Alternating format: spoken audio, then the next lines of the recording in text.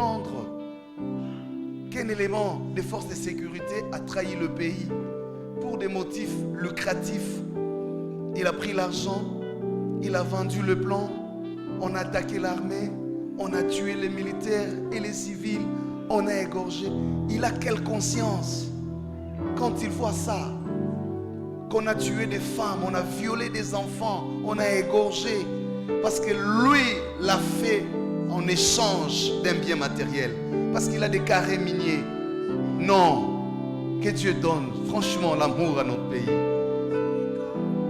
Que Dieu aide notre pays. Tu as la grâce parce qu'ailleurs, cette vérité n'a pas été annoncée. Toi qui l'as entendu, prends les fardeaux du Congo. Est-ce que s'il te plaît, tu peux te tenir debout? Nous tous, nous allons être debout, s'il vous plaît. Nous allons prier pour demander l'unité. Bien-aimés, parfois nous sommes là, nous crions, nous chantons, nous prions. Et parfois nous croyons que ce que nous vivons est normal. Nous l'acceptons. Des fois, il faut sortir du pays, aller ailleurs pour vous rendre compte que c'est pas normal.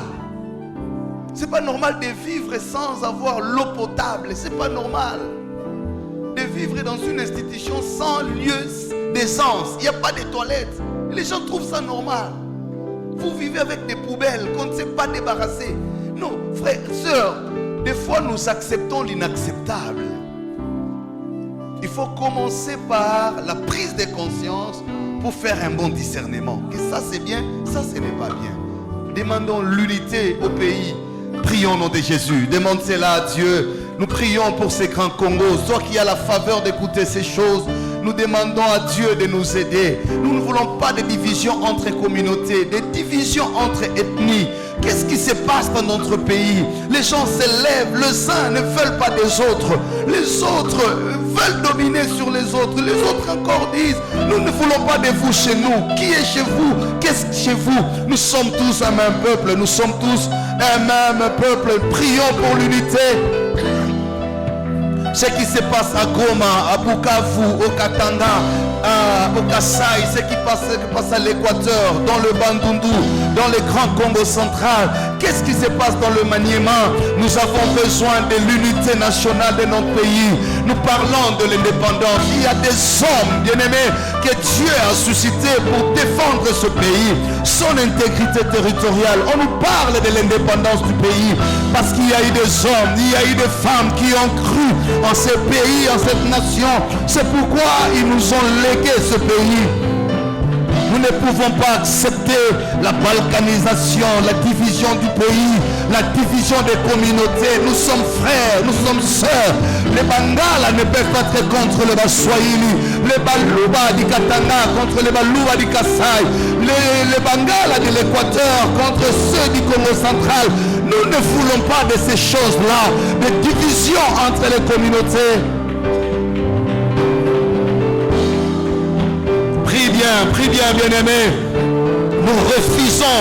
Dieu a donné à l'Église le pouvoir sur la nation. Et il a dit à Pierre, ce que vous fermerez sur la terre sera fermé au ciel. Exerce ce pouvoir, toi qui as un mot. Dis, nous fermons la porte à la division du pays. Prie pour la classe politique, prie pour les acteurs sociopolitiques, prie pour l'armée, prie pour la sécurité de notre pays. Nous ne voulons pas de trahison au sein de l'armée, de trahison au sein des services de sécurité. Nous ne voulons pas, pendant que nos frères donnent leur vie sous le drapeau, ils prennent les armes, ils font des formations. Parce que si nous prêchons, nous prions, il y a quelqu'un au front. Parce qu'il a l'arme à la main. Les autres sont morts pour que la guerre n'arrive pas à Kinshasa. Si aujourd'hui la guerre est à Kinshasa, frères, sœurs, on ne sera pas là en train de prier. Tu n'iras pas au travail, tu n'iras pas à l'école, tu n'iras pas à l'université, tu n'iras pas faire le commerce. Prenons conscience de ces choses. Toi, tu peux te dire, Makambo politique est talingate, Makambo talingate, c'est bien mon frère. Mais rappelle-toi quand le rebelle était entré à Kinshasa, Quand on a pris Inga, il y a des enfants qui sont morts dans la couveuse parce qu'il n'y avait pas de courant. Rappelle-toi, on a mangé la main de manioc parce qu'il n'y avait pas de farine pour faire le pain. Est-ce que tu es en train de comprendre que le monde est en bouleversement? Est-ce que tu es en train de comprendre, s'il n'y a pas la paix, tu es médecin, tu n'iras pas soigner. Tu es malade, tu n'iras pas te faire soigner. Nous allons mourir dans nos maisons. Tu n'auras pas où acheter le pain. Tu n'iras pas à l'école. Le travail que tu aimes là, tu n'iras pas au bureau parce que ça va crépiter de partout. Ou toi, pendant que tu es en train de le faire, pose-toi la question, ton frère qui est à Ituri, celui qui est à Beni, celui qui est à Butembo, des milliers de peuples sont en train de fuir parce qu'ils n'ont plus de maison. Nos mamans, nos vieillards, nos frères, nos enfants à la belle étoile qui entendent le bruit des armes lourdes chaque jour. Les gens dorment sans savoir s'ils vont se réveiller. Et quand ils se réveillent, ils ne sont pas sûrs qu'ils vont finir la journée. À tout moment, les rebelles peuvent venir. À tout moment, on va couper des têtes. À tout moment, on va violer les femmes. À tout moment, on va éventrer même des enfants. Quelle vie! Mais nous sommes à Kinshasa, on s'habille, on se parfume, on chante, on danse, comme si cela ne nous intéressait pas. Bien aimés, ce sont nos frères et sœurs. Non, non, non, non, non, non, prie, dis à Dieu, nous avons besoin de la paix. Si l'armée n'est pas capable, l'armée céleste vient, l'armée de Dieu vient. C'est injuste que nous soyons la rusée du monde, nous soyons les victimes expiatoires. Personne ne nous vient au secours, en secours. Aucune organisation internationale, ONU soit-elle, Nations Unies soit-elle, personne n'arrive à résoudre ces problèmes. Ça fait 25 ans que nos frères, nous sommes en train de parler de 10 millions de morts, des gens qui meurent chaque jour, sans raison, comme ça. Des vies faussées, des avenirs brouillés, des communautés dispersées, des enfants, des générations sacrifiées. Ils ne peuvent pas aller à l'école. Toute une génération, durant 20 ans, les gens ne peuvent pas étudier, ne peuvent pas être stables à cause des guerres à répétition. Tout ça pourquoi? Parce qu'il y a des gens qui veulent tirer des bénéfices, exploiter les minéraux, prendre ce qu'ils veulent prendre au sacrifice de coups humains, au sacrifice du sang des Congolais. Mais nous, Église, nous sommes là, chacun prie, il a besoin de son argent, mon mariage, mon voyage. Nous sommes égoïstes, nous ne regardons qu'à nous, nous ne voyons que pour nous, mais à côté de nous, le pays est menacé. Où sont les Gédéons? Où sont les Gédéons face à cette menace où les Madianites ravagent tout?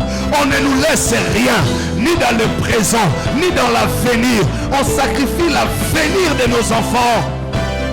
Combien n'ont pas accès à l'éducation? Il n'y a pas d'école. Un enfant jusqu'à 20 ans, il n'a jamais étudié. Parce qu'il y a des guerres, parce qu'il doit fuir d'un endroit à un autre, parce qu'il doit se cacher. Il a perdu son père, il a perdu sa mère, il n'a pas de frère, sa vie c'est dans la brousse. Il change de milieu à tout moment, de peuples déracinés, déplacés. Bien aimé, non, non, non, non, non, non, non, non, non, non. On ne peut pas continuer 62 ans après l'indépendance. Nous continuons à prier, à transpirer, à parler du ciel, sanctification, bénédiction, voyage. Car ça, il faut changer les choses. Il faut changer les choses. C'est le temps de prendre conscience. Écoute. L'histoire est bénie. Nous allons dire à Dieu, la force, nous ne la demandons pas. Elle est en nous. Est-ce que quelqu'un comprend? On ne la demande pas. Elle est là en nous. L'homme de Dieu nous a dit que nous en prenions plutôt conscience. Il a dit à Gédéon, va avec la force que tu as. Gédéon croyait que sa vie était limitée à être boulanger. Sa vision sur lui-même s'est limitée à ce que son père lui disait. Mais Dieu lui dit, il y a plus que ce que ton père t'a dit. Tu es un vaillant héros. Bien-aimé, le Seigneur a commencé à tonifier ce message dans cette église. Il faut que vous soyez très attentifs. Dieu commence à prendre un ton plus fort pour que les plus retardataires comprennent le message prophétique de cette église. Il y a plusieurs années, Dieu disait, cette église a un destin national, étatique. Et au sein d'elle, des femmes comme des hommes sont préparés parce que désignés par Dieu pour une mission à la tête de ce pays. Ça semble être comme des aventures, mais je vous dis, Dieu a pris un autre ton. Le premier signe de ton alliance avec Dieu, c'est la nature de message qu'il t'adresse. Quand il dit à Marie, tu as trouvé grâce aux yeux de Dieu et que tu porteras un fils, ce message-là n'est pas donné à toutes les femmes de sa génération. Tu as trouvé grâce, ce message qu'on te donne est lié à ce que tu es censé porter en toi. La mère du Messie. Ista, ce que nous entendons ici, pendant 21 jours, les dimanches, ne t'étonne pas que ça ne soit pas dit ailleurs. Ce message est lié à ce que tu es aux yeux de Dieu. Disons à Dieu, nous voulons le réveil des consciences. Le feu va se rallumer à partir d'ici. Prie au nom de Jésus. Prie au nom de Jésus. Tu es un étudiant. Tu ne sais pas ce que Dieu prépare avec toi. Tu es un enseignant. Tu ne sais pas ce que Dieu prépare avec toi. Tu es un administratif. Tu as travaillé quelque part. À un moment, ce n'était que des entraînements. Dieu te prépare à de grandes choses. Il te forme à de grandes responsabilités. Dis à Dieu, je vais prendre conscience. Aide-moi à prendre conscience. J'aime ce que la prophétesse ici a dit hier ici. On est fatigué de femmes qui ne rêvent que s'appeler première dame, qui ne rêvent l'honneur qui est lié à leur position d'épouse, de mère.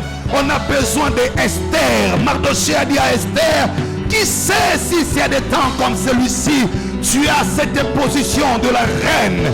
Le privilège de la reine, ce n'est pas seulement de s'habiller, de s'entourer, d'être sécurisé, l'honneur personnel. Non, tu es reine parce que tu as la voix à faire entendre dans le cœur du roi. Parce que le salut du peuple passera par toi. Oh, dis à Dieu, fais-moi prendre conscience. Finis ces choses où tu te bats pour un diplôme. Ton diplôme, c'est pour aller travailler à chez Vodacom, chez RTL, à une banque. Ce n'est pas mauvais. Mais ton diplôme est plus que ça. Ton apostolat est plus que ça. L'heure est arrivée où des femmes seront positionnées. Comment la nation sera influencée par l'église s'il n'y a pas de fils et de filles de l'église qui ont des positions d'influence, qui peuvent parler de la vérité, défendre la justice, combattre la corruption, l'immoralité, l'inintégrité. Non, non, non, non, non, non, non, non, non. Prie que Dieu te fasse prendre conscience et que lui seul te valorise. Qu'il te valorise. David était en brousse. Personne ne le connaissait. Mais quand Dieu avait besoin de lui, il est sorti de la brousse pour entrer dans le palais du roi. Joseph était en prison. Personne ne le connaissait. Quand Dieu veut valoriser, ne te demande pas comment cela se fera. Je suis jeune. Je n'ai pas de relation. Ça, ce n'est pas ton problème. Dis à Dieu, prépare-moi à cette grande mission. Prépare-moi à cette grande responsabilité. Fais prendre conscience à mon peuple. Tu es le Gédéon de cette nation. Tu es le Gédéon de ta famille. Arrête de rêver ta vie sur ton agenda. Arrête de rêver ta vie sur tes rêves personnels. Je vais aller en Europe. Je vais arriver au Canada. Bien aimé, c'est bien, mais ce n'est pas tout. Tu iras un jour, tu comprendras que les États-Unis, le Canada ne sont pas tout. C'est un pays comme tout autre pays. Le destin n'est pas là. C'est pas en allant en France. Tu rêves une seule chose, je vais me marier. Tout ce que toi tu penses que la vie s'arrête là. Le mariage, le voyage, je vais avoir des enfants. Non, non, non, non. Hier on nous a dit, cessez de croire que vous vivez pour vous-même. Vous ne vivez plus pour vous. Vous vivez pour la nation. Vous vivez pour l'église. Vous vivez pour la famille. Vous êtes la solution de Dieu. Le temps est arrivé où Dieu va positionner des Gédéons. Alléluia. Gloire au Seigneur.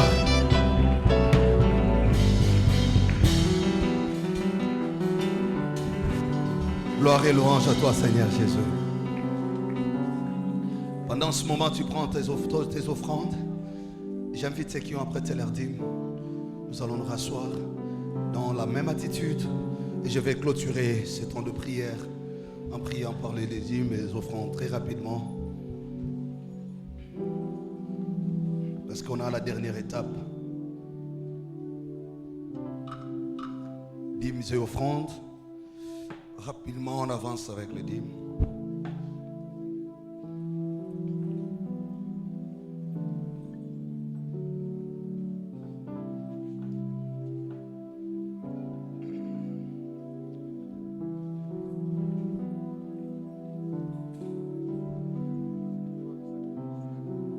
On me rappelle que c'est l'offrande sacrificielle aujourd'hui.